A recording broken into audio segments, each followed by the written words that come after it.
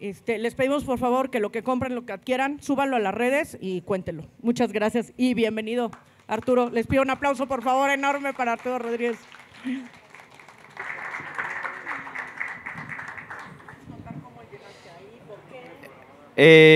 Bueno, muchas gracias por seguir aquí con nosotros en nuestro penúltimo día de feria.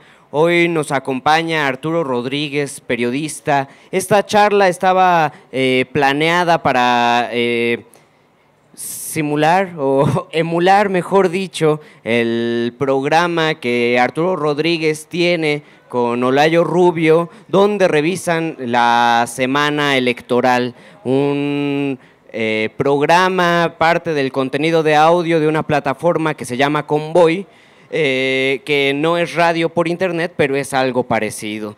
Y a mí me interesaba mucho que ellos pudieran venir a platicarnos o a hacer esta conversación como la hacen en el programa, puesto que yo creo que muchos de nosotros y mucha de la gente en el país se está enterando sobre los sucesos electorales y la agenda política que llevamos todos los días, no precisamente por los medios convencionales, sino que nos estamos guiando por redes sociales, por medios electrónicos, por nuevas plataformas como lo es Convoy. Entonces a mí me interesaba que pudiéramos sacar ahora a esos medios a la calle, ¿no? Porque si algo que hemos visto en los últimos años es que la participación política en las redes sociales es muy grande, sin embargo a la hora de salir a las calles puede llegar a verse un poco más reducida.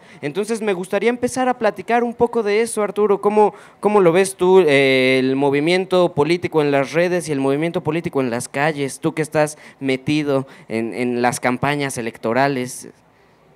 Muchas gracias, Ezra, y muy buenas tardes a todos. Es un gusto pues estar aquí, platicar un poco sobre estos temas que ya plantea Ezra en esta introducción.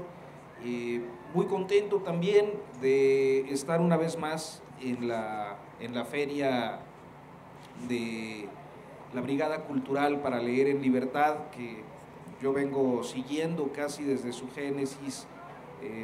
A veces me invitan y pues con muchísimo gusto ver este esfuerzo que permanentemente están realizando Paloma Sáiz, Paco Taibo, Marina Taibo y todo el equipo de la brigada, que nos acerca a la literatura y a otras expresiones artísticas con estas ferias tan accesibles y con precios además todavía más accesibles. Entonces, pues es un gusto participar de todo proyecto que desde la sociedad se plantea para allegar la cultura y el conocimiento y el arte a la gente.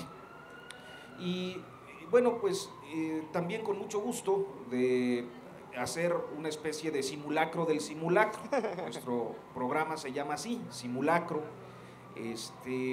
Y cuando nos invitó Ezra Alcázar hace algunas semanas, pues con mucho gusto Olayo y yo aceptamos y estábamos ya puestísimos para participar los dos.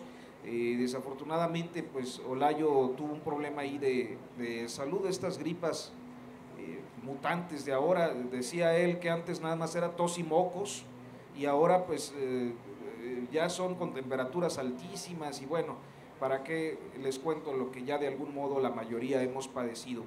En diciembre pasado empecé yo a participar en esta plataforma que se llama Convoy, que es una plataforma de contenidos de audio, de archivos de audio, que conocemos como podcast, con un proyecto que intentaba salir, o era un esfuerzo personal por salir un poco de la dinámica de cobertura periodística en temas políticos, algunos más complejos que otros, procesos de investigación, de análisis de datos, en fin, que luego resultan muy tediosos, implican muchas horas de estar sentado y trabajando.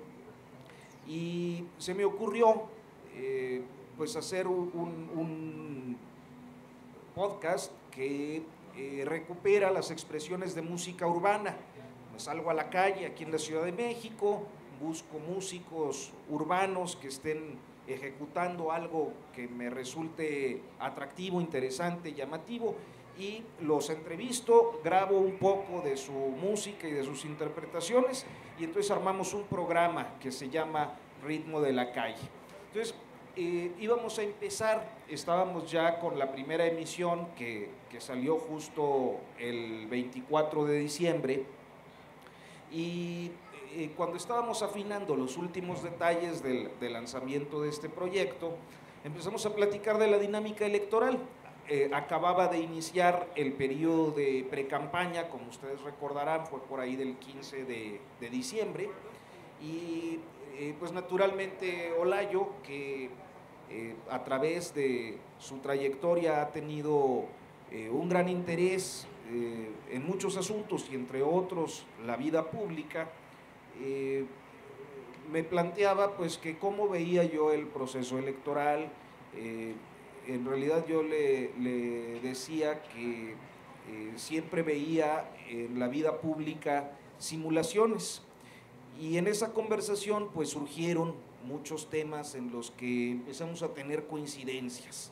Entonces me dice, oye, ¿y por qué no hacemos un programa sobre el proceso electoral bajo este enfoque, bajo el planteamiento de exhibir la enorme maquinaria de simulación democrática que de manera continua pues nos confronta a una realidad que muchas veces nos negamos a aceptar o vemos, pero quizás pues sería bueno darle este enfoque, exhibir la simulación, exhibir los engaños, exhibir las diferentes mentiras que se generan en un sistema que pues a través de nuestra historia ha sido antidemocrático, y que en este momento pues se expresa en la dimensión electoral, que sin duda alguna pues nos enfrenta una vez más a numerosos dilemas, ¿no? Por quién votar, si votar o no votar, si podemos tener confianza en las instituciones o no. Y bueno, a partir de eso empezamos a hacer este programa con esa perspectiva. Olayo planteó el nombre, simulación o simulación democrática, pues nos parecía muy complejo para ponerle nombre a un programa, y Olayo propuso simulacro. Entonces, en esta perspectiva consultamos la definición en el diccionario, y pues sí, nos daba exactamente lo que queríamos expresar, y así fue como surgió este proyecto. El simulacro de la democracia, ¿no? Más o menos. En el programa se han dedicado a revisar a lo largo de, no sé, 12 episodios llevan ya, el último con Álvaro Delgado, revisando la semana electoral. Primero con las precampañas, con el intercampaña, y tomando algunos temas en específicos. Ya tuvimos la primera semana de campañas, ¿no? Ya vamos viendo cómo se están moviendo algunos personajes, cómo se incluyen nuevos, ¿no? Jorge Castañeda, el tema ahora en donde casi todos parece que se han unido al apoyar a Enrique Peña Nieto después de su mensaje hacia Trump, ¿no? Entonces, me gustaría que tú nos platicaras cómo estás viendo esta situación, ¿no? Donde la semana anterior el tema era el aeropuerto, el nuevo aeropuerto de la Ciudad de México, uno de los temas que propuso López Obrador y que todos los demás siguieron, y que ahora estamos con esto, ¿no? Y en una aparente, en un común acuerdo por parte de 5 personajes, ¿no? Bueno, yo creo que uno de los aspectos a propósito de la simulación de la que venimos hablando, que en este momento resulta, creo que en este proceso de diferendo binacional, dada la posición asumida por el presidente de Estados Unidos y el caso de México, creo que hay una lógica muy clara, un contexto muy claro, que es la negociación del Tratado de Libre Comercio. O sea, creo que es muy fácil sucumbir a la noción nacionalista, ¿no? Especialmente en un pueblo como el nuestro, que ha sido construido, educado y formado a través de las décadas, pues con algunos elementos nacionalistas que nos vuelven muy sensibles a algunas expresiones. Creo que lo vemos muy claro en el fútbol, lo vemos con mucha claridad en la reivindicación nacionalista de algunos elementos artísticos, culturales, y lo vemos muy claro como en esta idea de no se metan con México. Es parte de esta… cuando Peña Nieto sale a hacer esta posición o a fijar esta posición respecto a la estadounidense, yo creo que vale la pena pues observar diferentes ángulos, ¿no? Desde diferentes ángulos. O sea, uno, pues que es la negociación del TLC. O sea, esto no tiene que ver con una afrenta nacionalista, con un tema solo de discriminación, si bien el discurso es discriminatorio, sino que tiene que ver, como siempre, con los grandes intereses económicos y financieros que hay detrás de las negociaciones, que además son en lo oscuro. O sea, son negociaciones a las que la sociedad no tiene acceso. Sabemos que hay un cuerpo diplomático, sabemos que hay una delegación mexicana negociando, que hay una delegación estadounidense, que los mexicanos tienen que ir a Washington, ¿no? a rendirse al imperio y a aceptar lo que tengan que aceptar o negociar lo que tengan que negociar, sin que los ciudadanos pues estemos claros en lo que ahí se está discutiendo. Y como parte de esa negociación, en paralelo, surge esta conducta afrentosa que en cualquier otro contexto, creo que también en este un poco, implica una hostilidad. Olayo planteaba, por ejemplo, ayer ya no pudimos abordarlo, pero planteaba que no es la primera vez que ocurre una militarización o un reforzamiento de las medidas de seguridad fronterizas del lado americano, y que sin embargo nunca había tenido un efecto mediático como el que tiene ahora, ¿no? Y este efecto mediático pues no puede disociarse del otro ángulo, que es el electoral. O sea, estamos en un proceso electoral que, como todos los procesos, son complejos.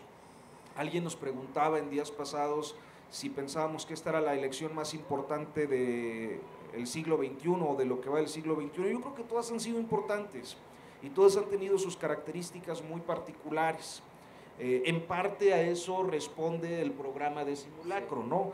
A la idea de que en el 2000 nos convencieron de que habíamos transitado a la democracia, de que había una transformación y de que entonces se trataba de ir perfeccionando los diferentes caminos de la consolidación para un país más igualitario, al menos en términos políticos, que se acababa el régimen hegemónico y que ese PRI que habíamos conocido, omnipresente, omnipotente, con el dominio absoluto de lo que los intelectuales llaman la Gran Teotihuacán republicana, pues estaba ya relegándose en la extinción, y nosotros entrando al siglo XXI triunfantes como una nación que se adaptaba a los procesos de democracia internacional.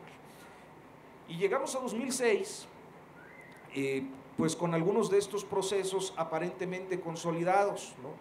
Se hablaba, por ejemplo, de libertad de expresión, y se decía con insistencia, y los intelectuales en especial aquellos que tienen una tribuna o que tenían en ese momento una tribuna, creo que la siguen teniendo, aunque ya no con los mismos efectos, por los cambios naturales que han ocurrido en estos años, particularmente con las redes sociales.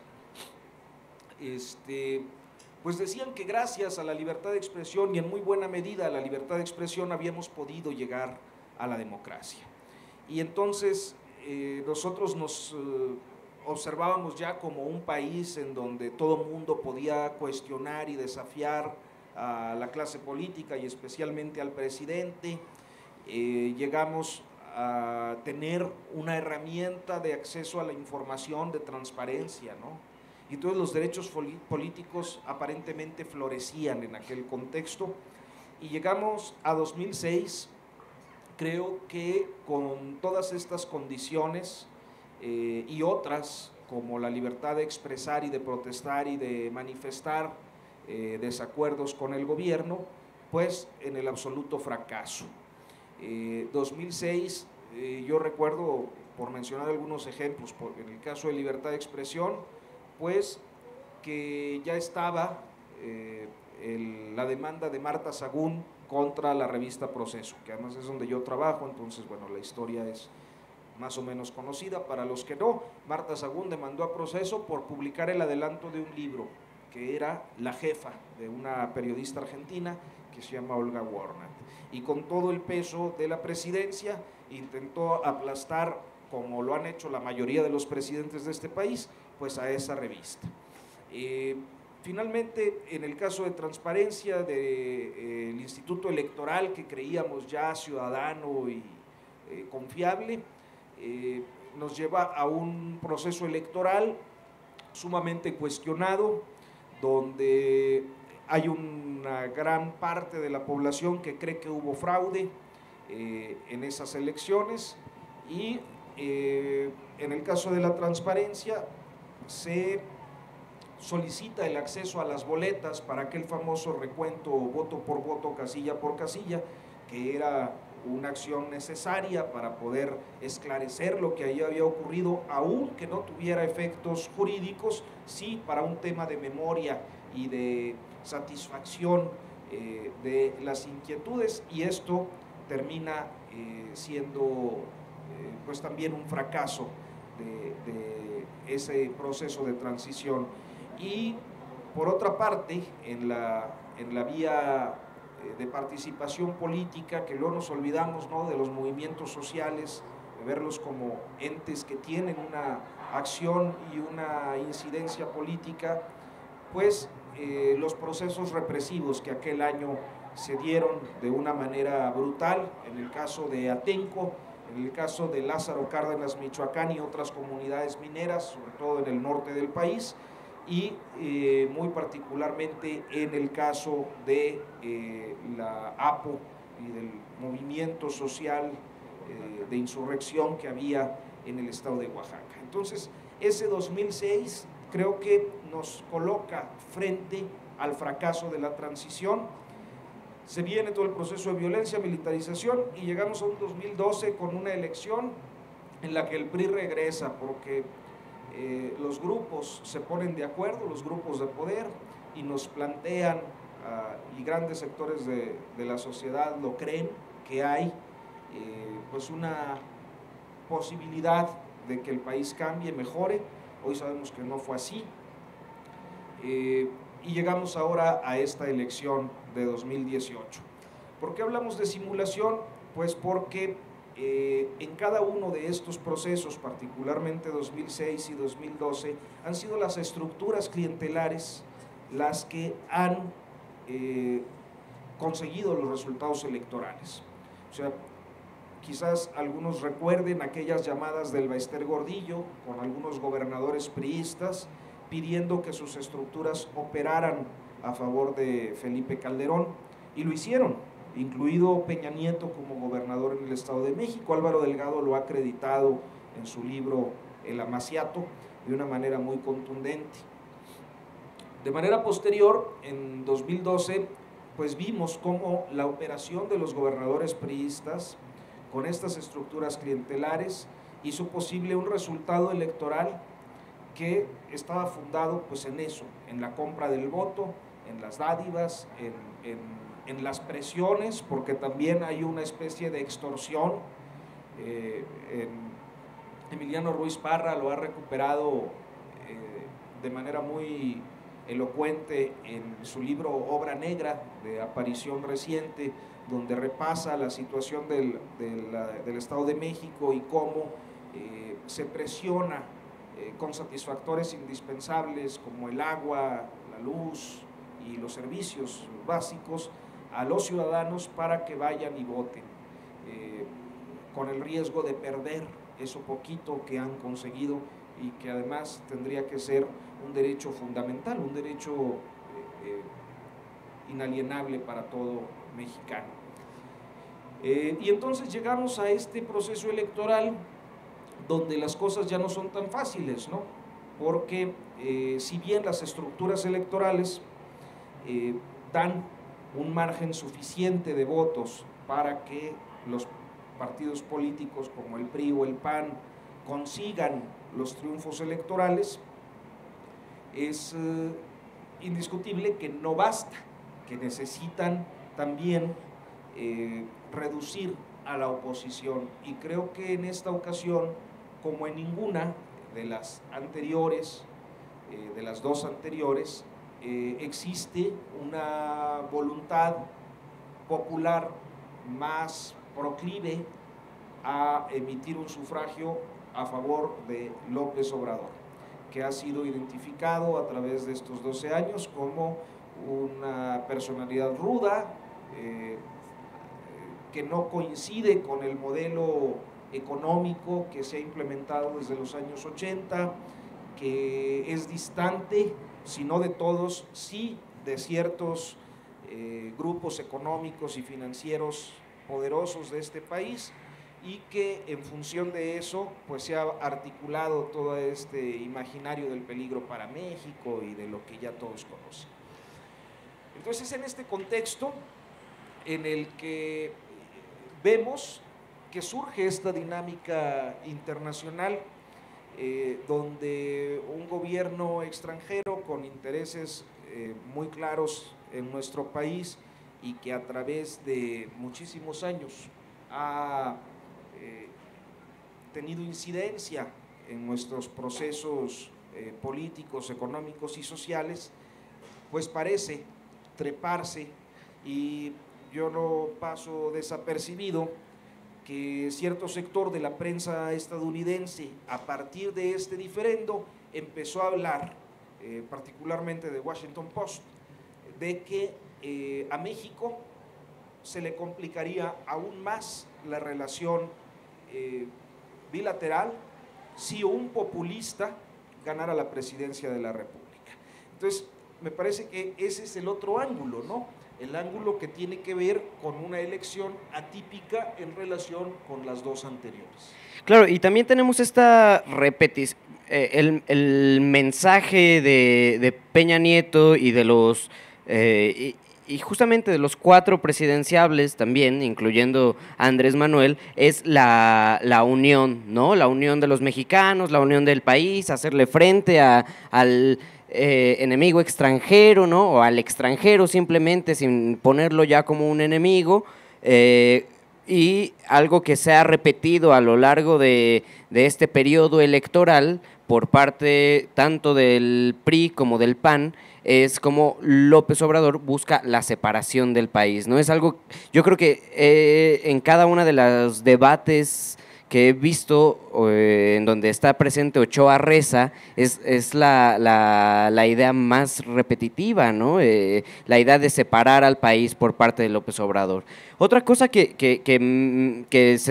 estaba pensando ahorita que mencionabas esto, en este recorrido a lo largo desde el año 2000, y de por qué tal vez esta elección puede parecer tan importante, tan decisiva en comparación con las otras, es que en el 2000 la gran expectativa que se creó del cambio con Vicente Fox, pues no fue, ¿no? Y este recorrido que has hecho nos lo muestra, ¿no? No hubo un gran cambio, seguimos con los mismos aparatos, los personajes son prácticamente los mismos, cambiando sus colores, y ahora se muestra otra vez la posibilidad, o se crea una expectativa muy, muy grande, al grado de que López Obrador tiene un 79% de probabilidades de ganar, decía El País hace una semana, si no me equivoco, ¿no? Entonces, algo que plantea mucho Olayo en el programa, y que lo he oído y que me gustaría que tú nos platicaras, ya que has estado siguiendo la campaña de López Obrador, es la expectativa que se crea ante él y si puede en algún momento desinflarse, ¿no? O si la expectativa está cumpliéndose también dentro del terreno real, ¿no? Más allá de lo que nos dicen las encuestas o más allá de lo que se puede llegar a ver en redes sociales.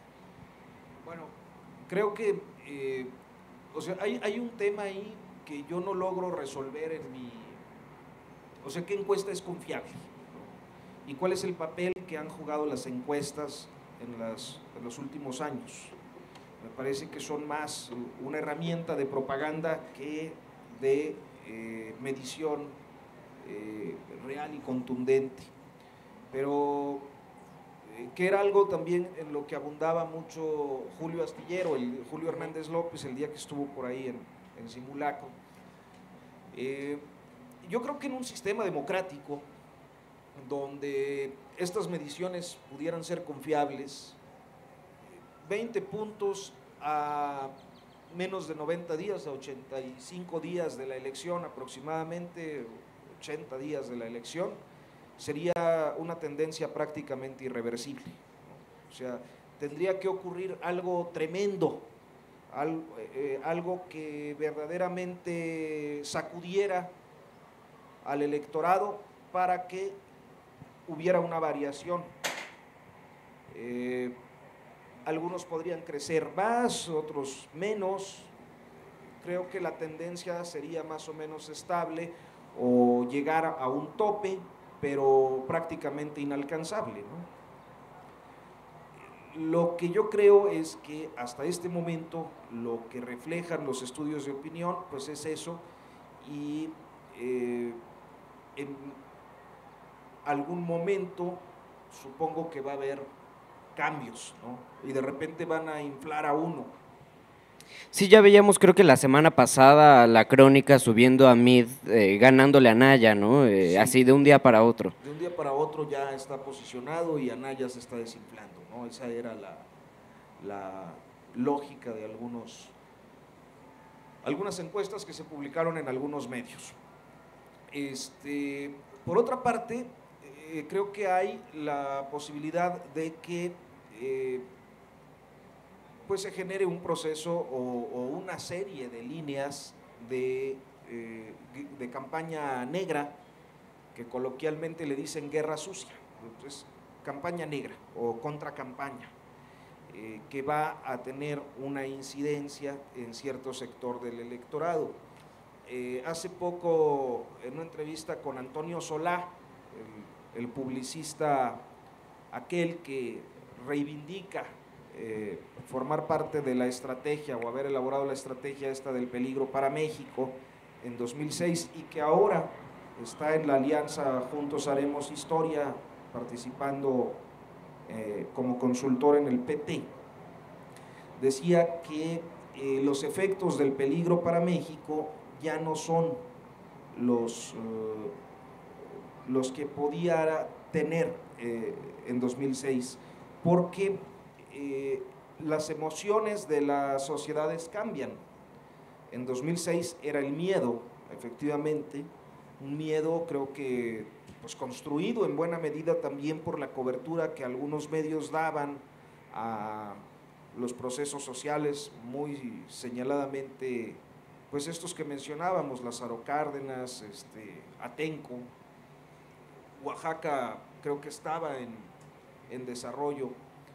si bien no en la plenitud que fue posterior al proceso electoral, había ya por ahí el ingrediente de la violencia que se expresaba en algunas zonas, en algunos territorios del país, si bien no con la brutalidad que lo vimos en los años posteriores, y entonces el sentimiento, la emoción del electorado era el miedo, ¿no? El miedo a que esas cosas que parecían malas, nocivas, se generalizaran.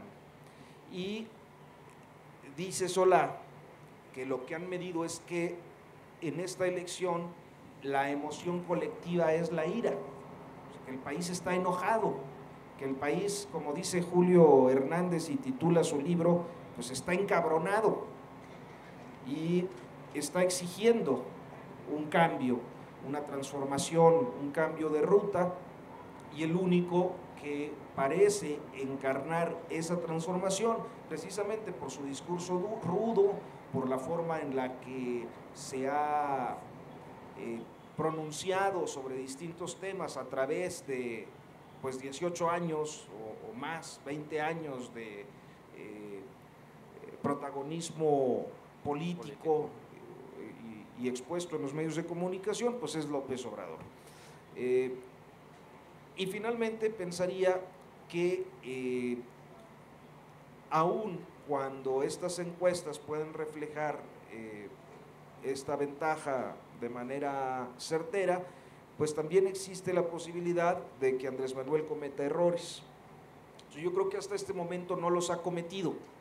O sea, yo como periodista, como reportero, situándome a la distancia del personaje, empiezo a observar qué es lo que podría constituir un error y cómo lo ha evitado. O sea, un error, por ejemplo, en el que se intentó que cayera como le pasó en 2006, el debate de intercampañas. Hacen todo para que se genere el debate de intercampañas cuando no estaba previsto. A unos días de que concluyan, el Tribunal Electoral dice sí, que haya debate de intercampañas. Lo retan y creo que se zafa de una manera muy clara. Dice, no, sí voy a ir a los que organice el INE, ¿no? Y se diluye por la forma no conflictiva de haber abordado el tema. O inclusive esta semana, o sea, si en esta semana él hubiera dicho Peña es un pelele y cállate chachalaca, o algo, eso se hubiera magnificado. Claro. Hoy no, o sea, él asume una posición que además es muy acorde con su discurso nacionalista, que lo tiene evidentemente muy en el nacionalismo revolucionario, sus reivindicaciones son así, o sea, es Juárez, ¿no? A todos nos educaron, al menos los que fuimos a escuela pública, con la idea del indio zapoteca que estudió y llegó a la presidencia de la República, ¿no? Y entonces Juárez es una reivindicación que él tiene y que está anclada en ese nacionalismo revolucionario. En Madero, ¿no? Que es el prócer de la democracia, el apóstol de la democracia, ¿no? También esta lógica del nacionalismo revolucionario que él va y reivindica esta semana, o sea, primero a Juárez en Ciudad Juárez, también a Madero porque es donde consigue la renuncia de Porfirio Díaz, pero luego va a San Pedro de las Colonias 2 días después y ahí hace la reivindicación de Madero a unos pasos de la casa que ocupó Madero y que fue donde se supone escribió la sucesión presidencial de 1910. Y en esa lógica, pues él no podía salir con un discurso no nacionalista, aún en este contexto, de tal suerte que obliga al presidente a decir, bueno, si hay unidad y todos los candidatos estuvieron de acuerdo, pues hasta Andrés, ¿no?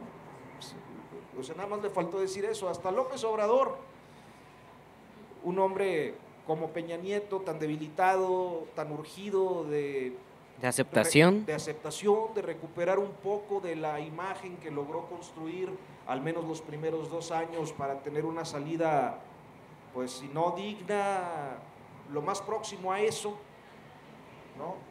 Creo que es, y entonces, volviendo al planteamiento, hasta este momento, en lo que ha sido el periodo de precampaña, intercampaña y la semana de campaña formal, pues no ha cometido errores que puedan magnificarse, porque ese es el otro factor. O sea, el más leve resbalón se convierte en un tema que es parte del debate democrático que tenemos en este país, ¿no?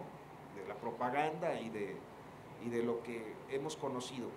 Entonces, creo que hasta este momento no les ha dado el pretexto para decir, pues por ese error se cayó en las encuestas. Claro.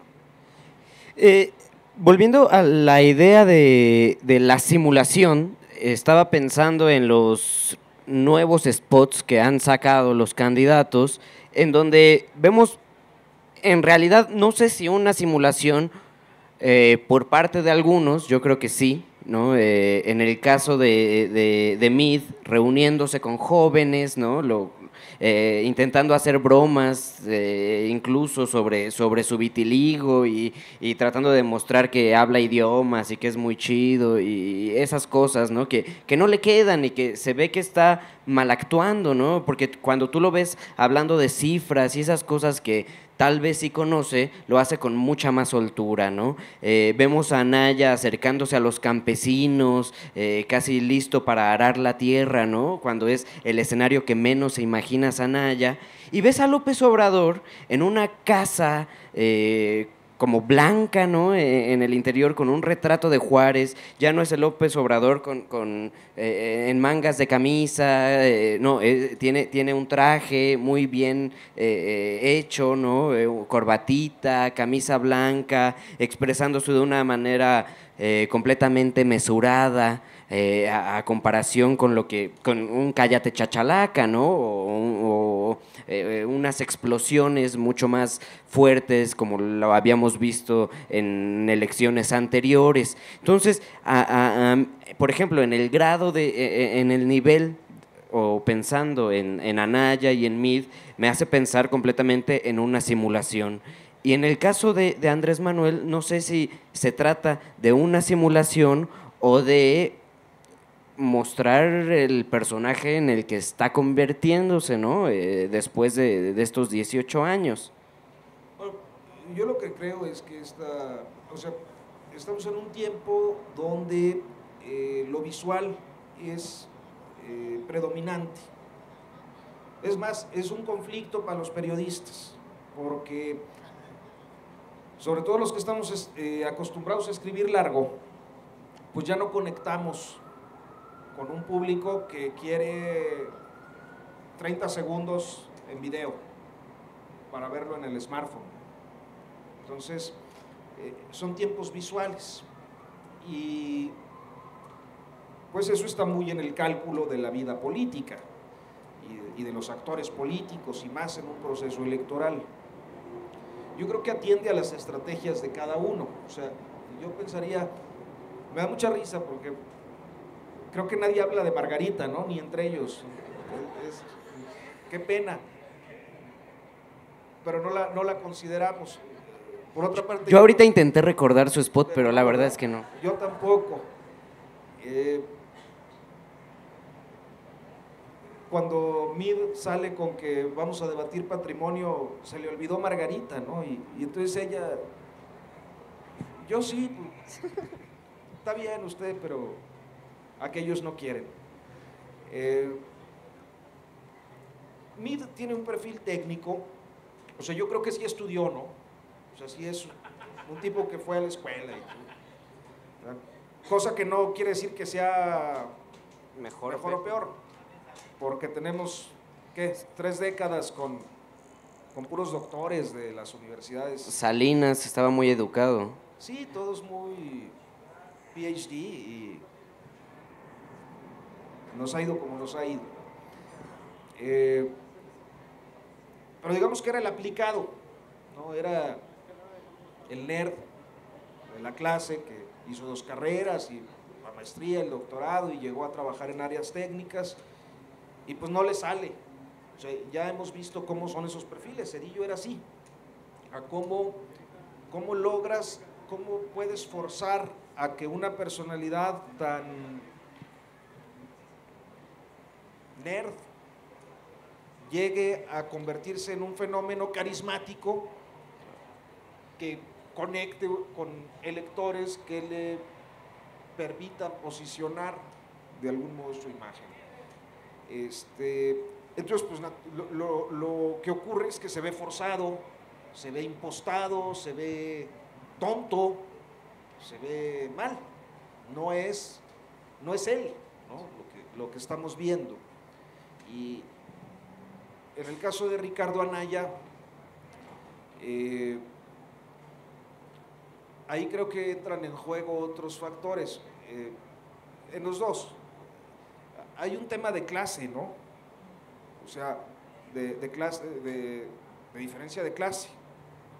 Digo, pues, se nota cuando va Ricardo Anaya a visitar a los pescadores y le hacen un video, aunque quiere ir con mezclilla y... Cuando se duerme en el piso, ¿no? Cuando se duerme en el piso, pues, con un cobertor de cuadritos, ¿no? Nada más les faltó ponerle una cobija de león, de esa que todos tenemos una. Me estaba tratando de acordar el nombre de esos cobertores. San Marcos, cobertor San Marcos, ¿no? Con el tigre, el tigre, que el de las firmas, ese es otro. Y entonces, pues también se ve impostado, pero también es muy difícil que logre separar un pasado tan reciente de lo, o sea, Meade no reniega, ¿no? Pues él sí dice, yo aprobé las reformas, yo estuve operando las reformas, yo sí definí la política económica en este sentido, hice, pues sí, no podría ser de otro modo, digo, acaba de terminar en la Secretaría de Hacienda. Claro, y es el abanderado del partido en juego, es la continuidad. Pero ¿quién le puede creer a Ricardo Anaya sus cuestionamientos al mal gobierno en el que anduvo de matraquero todo el sexenio, ¿no? Era el chico maravilla, por eso. El chico maravilla que operó el tejido fino, decían los columnistas, estas columnas muy leídas luego, que ponen estos motes, ¿no? a la clase política. El Macron mexicano. El Macron mexicano, siempre andan buscando referentes internacionales, ¿no? Luego cuando los referentes internacionales se caen, pues es que este es el Lula mexicano y Lula al tambo, y entonces, bueno, ya no, se parecían, pero ya no claro. tanto, ¿no? Como cuando iba la contienda estadounidense y empezaban a perfilar a Margarita, la Hillary mexicana, y ándale, ¿no? O a comparar a Donald Trump con López Obrador. En el momento de la elección estadounidense, pues se decían esas cosas, ¿no? No, es que Trump es como López Obrador, ¿y dónde va ganando? ¿Y ahora cómo le haces? No, pues mejor como Maduro. Pues sí. Que ya la cambiaron, ahora es nacional, ¿no? Castañeda aludía a Echeverría. Es como Echeverría, es lo que... y finalmente, eso también creo que hay que decirlo como es. En este país ha habido una tensión histórica desde 1987, no nada más en términos de alternativa política, sino de alternativa económica, de quienes con una perspectiva más social han rechazado el modelo implementado y operado a través de estas décadas, por lo que Paco Taibo dice es, no es Taibo, es Muñoz Ledo, la dupla, qué error, pero, la dupla sustantival de Hacienda Banco de México, ¿no? Toda esta gente del ITAM, de las universidades extranjeras que han traído las recetas para decir cómo debe ser el modelo económico de este país, que a todas luces pues no solo ha fracasado, ahí sí dice Taibo, son neoliberales pinches porque ni les sale bien, ¿no? O sea, y vemos que ahorita el imperio está apostándole a ese otro modelo que los neoliberales trataron de hacer ver como viejo. O sea, gran parte de este problema en la negociación del TLC y gran parte de lo que está en discusión en el proceso electoral tiene que ver con la idea del fortalecimiento de los mercados internos. O sea, a nosotros no nos gusta Trump, pues nada más faltaba que sí, pues, pasa diciendo barbaridad y media, muy en su lógica de llegar a un sector gringo, porque luego creemos que las naciones ricas también son muy seguras, pero también la mayoría de los gringos son palurdos, iletrados, ignorantes, y eso sí se la creen, ¿no? Pues sí, es el mexicano, ¿no? el del problema. Pero en el fondo de eso está un modelo económico, o sea, está un modelo económico que sí quiere sacar de los demás países, pero que está pensando en el fortalecimiento del mercado interno, en el proteccionismo de sus actividades económicas y de sus sectores productivos, que la lógica neoliberal abrió y que desde hace muchísimos años, yo particularmente y además por una cuestión generacional, pues lo vi de manera muy clara en el 99, ¿no? En esto que luego los neoliberales bautizaron como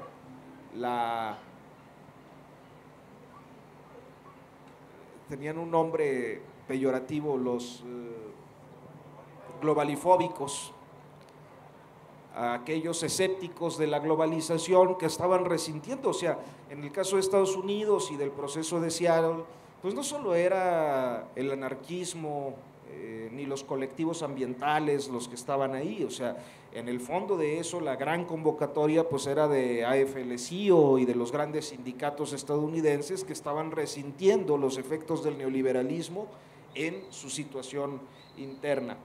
Y en el caso de México, pues nosotros abrimos todo, ¿no? O sea, estos 30 años sirvieron para abrirlo todo, para aniquilar la industria nacional, para aniquilar los procesos productivos nacionales. Algunos lograron sobrevivir apostándole al mercado interno, pero fueron los menos. O sea, llegamos a un momento en el que, por ejemplo, la banca nacional, pues está prácticamente en manos de extranjeros, excepción hecha de Banorte Interacciones, que es de vueltas que da la historia de Carlos Jan González, ¿no?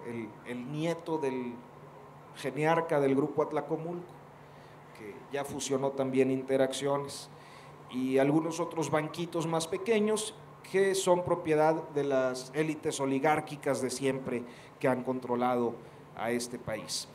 Vemos casos como el acero, ¿no?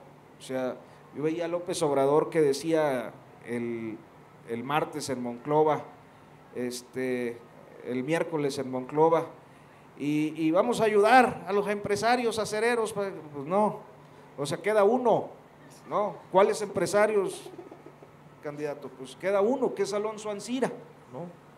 Porque todos los acereros mexicanos ya vendieron a la transnacional esta Techint del consorcio italo-argentino, las acereras regiomontanas Ilsa e IMSA, TAMSA, esa industria fundada en la corrupción alemanista, ¿no? Veracruz, Lázaro Cárdenas está en manos de Lansky Mittal, de Mittal Steel, el anglo-hindú, y entonces, pues, ¿cuál acero nos queda, no? Ya no hay industria acerera en este país. El proceso neoliberal, el modelo neoliberal lo aniquiló. Y así podríamos seguir con otros sectores, excepción hecha de algunos, el zapatero de León, que se organizó y apostándole al mercado interno con algunas estrategias de mercadeo muy exitosas, pues ha podido hacerle un poquito de frente a la liberación arancelaria. Entonces, lo que en este momento está haciendo el imperio, y no solo el imperio, o sea, es lo que están haciendo otros países, también del G20 o del G10, que están durante muchos años estuvieron a favor de este proceso neoliberal, pues hoy están diciendo, bueno, sí, neoliberalismo, pero para los de allá, o sea, para nosotros no, ¿verdad? Y México lo que quiere, y allá anda Luis Videgaray en eso, y anda Ildefonso Guajardo en eso, y naturalmente Peña Nieto en eso, es pues continuar con un modelo que ya se agotó, que hasta esos países dicen, pues ya, no, se acabó, ¿no? A propósito del mensaje, haciéndolo de una manera muy vergonzosa, o sea, a mí este mensaje del miércoles, jueves, no me lleva a olvidar que recibió a Trump candidato como jefe de Estado. O sea, a mí no me hace olvidar que hace unas semanas, de una manera por demás arrastrada, aceptó al yerno de Trump sin cargo oficial y hasta se emitió comunicado oficial diciendo, vino Jared Kushner, ¿no? Como si fuera, pues es pariente del gringo, del presidente gringo, pero es un error diplomático terrible. O sea, este mensaje, pues sí, está bien y convoca a la unidad y claro, suena bien, pero hay una conducta que nos hace ver qué es lo que está, qué es lo que subyace, cuál es el sustrato que hay en un gobierno que pues lo que ha buscado es, pues es que son gobiernos bizneros, ¿no? Hacer negocios con lo que queda de país. Nos quedan 10 minutos, entonces a mí me gustaría aprovechar para algunas preguntas, que sean preguntas, por favor, porque ya llegó el siguiente invitado, entonces ahí va el micrófono.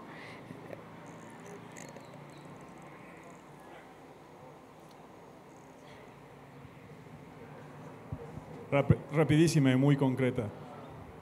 El escenario bien, a mi manera de ver, es que gane Anaya. Eso también puede ser una simulación. Y su nicho, pues los jóvenes, ¿no? Y no identificando esto como solamente la Ciudad de México, ¿no? O sea, todo el norte que está pintado de azul puede ser la diferencia. La diferencia, en mi manera de ver, pues van a ser los jóvenes, son el 30% de los votos, ¿no? Pueden romper esa, ¿cómo se llama? Esa brecha, ¿no? Que siempre hay entre el ganador y el perdedor, un 3%, ¿no? Y bueno, pues eso, si lo ves como posible, Anaya y qué tanta fuerza, porque yo lo que veo es que también mucha gente está confiando en Andrés Manuel, ¿eh? ¿Y si no gana?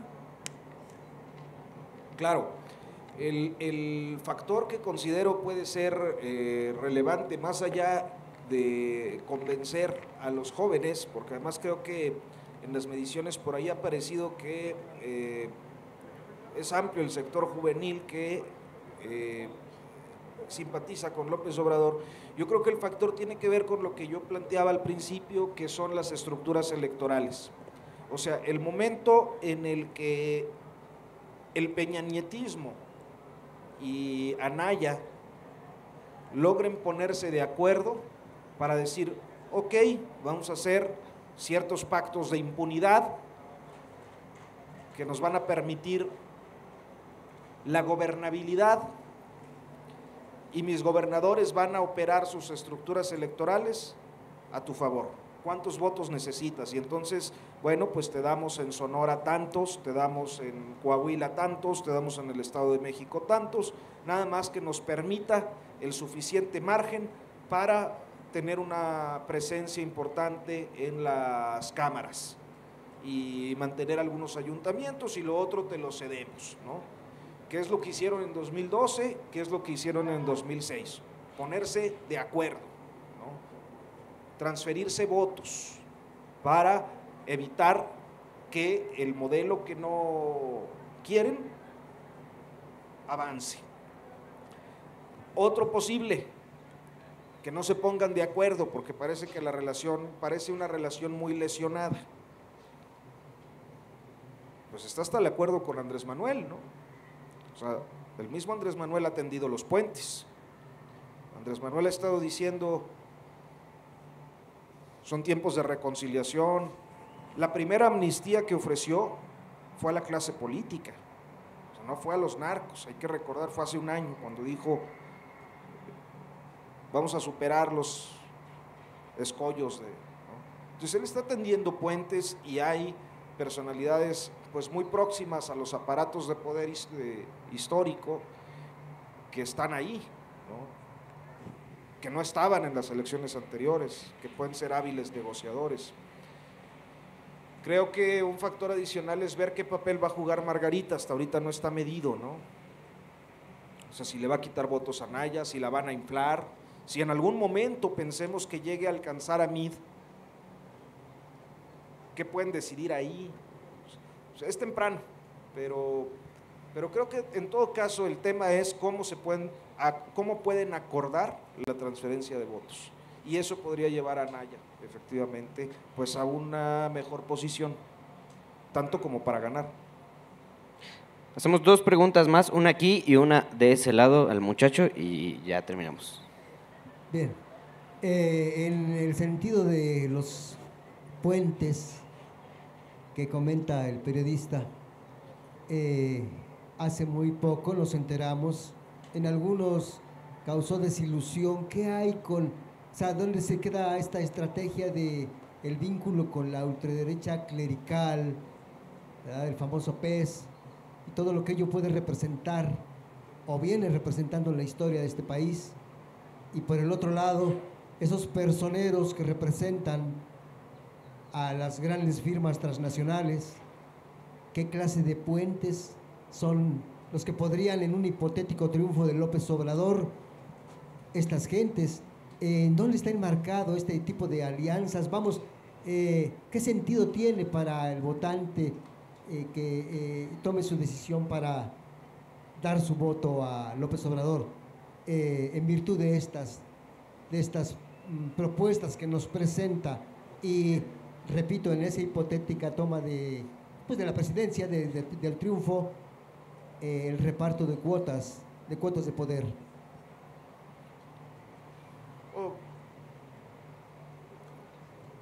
Yo creo que ese es el principal elemento que nos puede llevar a creer que puede ganar la elección. O sea, que hoy los grupos de poder sí tienen un representante muy claro y muy abierto con López Obrador. O sea, está el consuegro de Slim, está el suegro de Azcárraga, están las familias Garzazada, son varias, o sea, con sus derivaciones, los Madero. La otra es que los ricos siempre están en todas. Históricamente ha sido así. O sea, los ricos no es que no se equivoquen, más bien, pues siempre yo soy de Coahuila, por ejemplo, y allá ocurrió una batalla muy emblemática en los orígenes de esta nación, que fue la batalla de la Angostura, la invasión estadounidense. Santana va, confronta y sale disparado huyendo y deja la bronca y pues pero es muy, muy interesante porque a la hora de ir el ejército mexicano avanzando hacia el norte para llegar a Saltillo para esta batalla, en la región se empezaban a organizar levas de resistencia y la familia caciquil de entonces, que por ahí anda todavía, era la familia Sánchez Navarro, tenían el latifundio más grande del continente, ¿no? En ese momento, los hermanos Sánchez Navarro, uno se dedicaba a ser el casero de las tropas estadounidenses y en sus haciendas alojaba, alimentaba y daba asilo a animales y tropa, y el otro andaba en la leva. O sea, creo que ese ejemplo es muy claro de lo que han hecho siempre. En esta ocasión creo que sí se han acercado con Andrés Manuel, creo que hay un sector del empresariado que en algún momento, por la misma corrupción desbordada,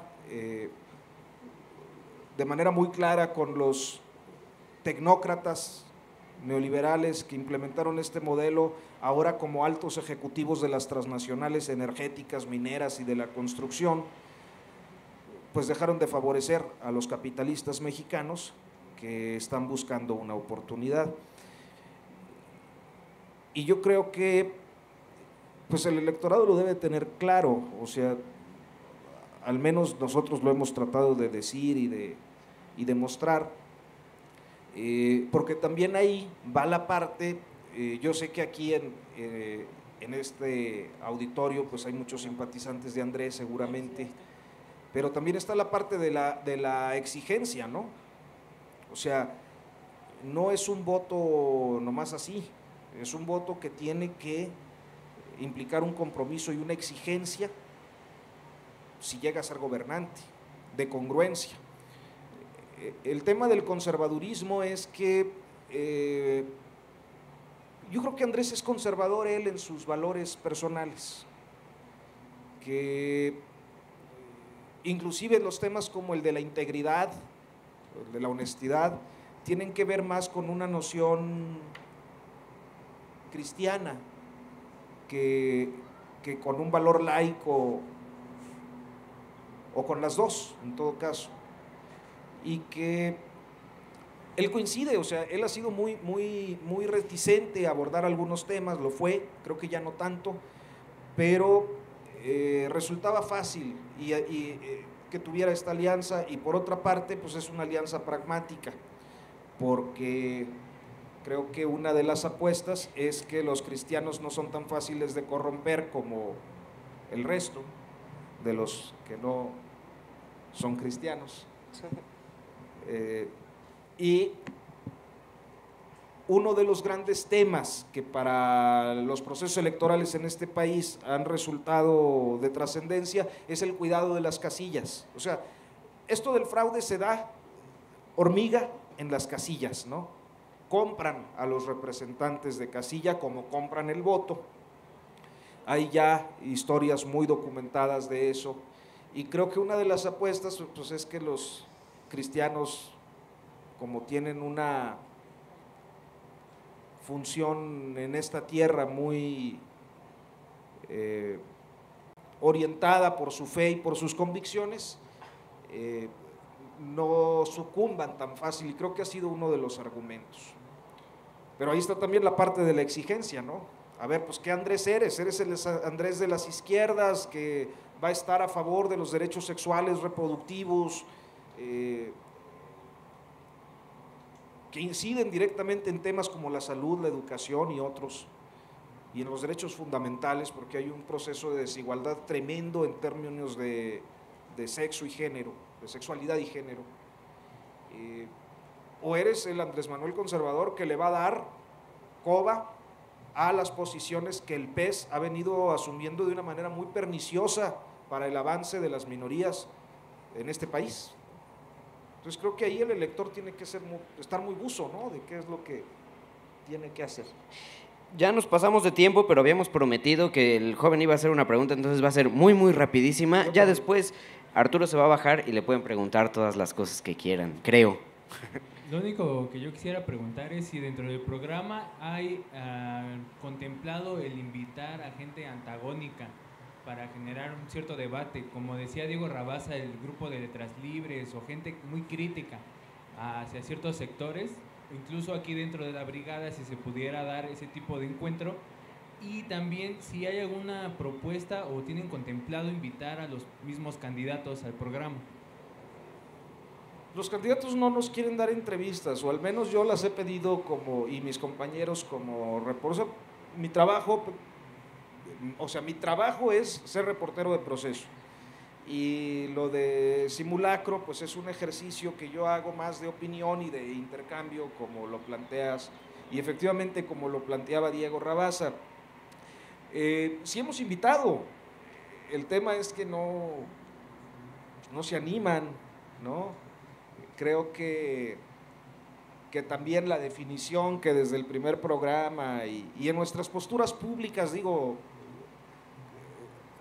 a nivel personal, una de las coincidencias con Olayo Rubio es que no somos de dobleces, ¿no? O sea, yo no me exhibo como lo que no soy.